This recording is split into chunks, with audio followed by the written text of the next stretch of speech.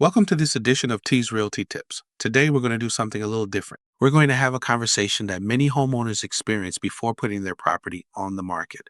Joining me today is Luke, who is ready to sell his home. Let's jump right in.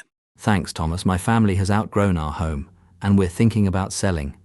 I've heard people say that preparing a house before listing it is important, but honestly, I'm not sure where to begin. Where? That's one of the most common questions I receive.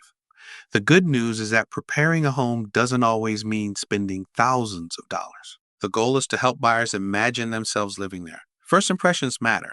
From the moment buyers pull into the driveway, they are already forming opinions. That means the yard should be mowed, bushes trimmed, flower beds cleaned, and the front door should look inviting. Simple improvements often create a lasting impression.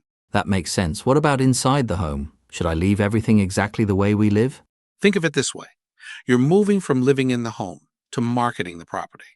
That means removing excess furniture to make rooms feel larger, packing away personal photographs, clearing off kitchen counters, organizing closets, securing valuable items and weapons, and removing unnecessary decorations. The cleaner and more spacious your home feels, the easier it is for buyers to picture their own family there. I've also heard that buyers don't like repairs waiting on them. Should I fix things before listing? Absolutely.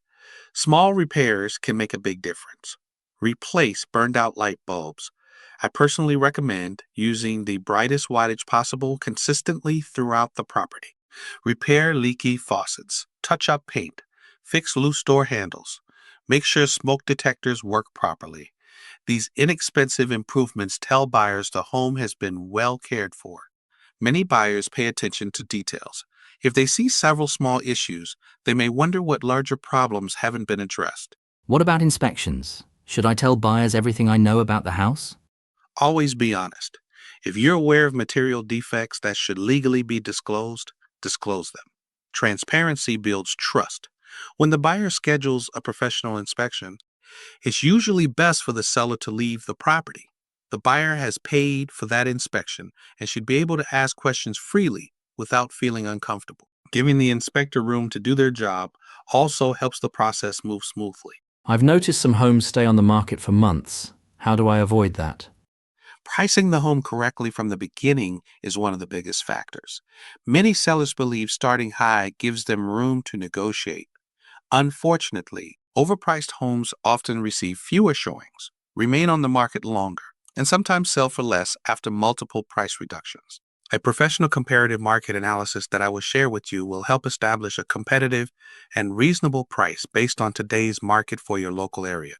That's where working with an experienced realtor like me becomes valuable. Everything you've shared makes me feel much more confident. Would you help me prepare my home and get it listed? I'd be honored to. We'll create a customized plan together. Prepare your home for today's market, price it competitively, market it professionally, and guide you through every step from listing to closing. Selling a home doesn't have to be overwhelming when you have the right team beside you. Well, Thomas, let's do it. I'd like you to list my home. Fantastic, Luke.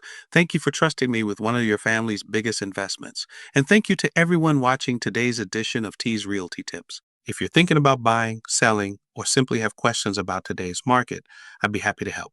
Until next time, thank you for watching, and remember, my goal is to be your realtor for life.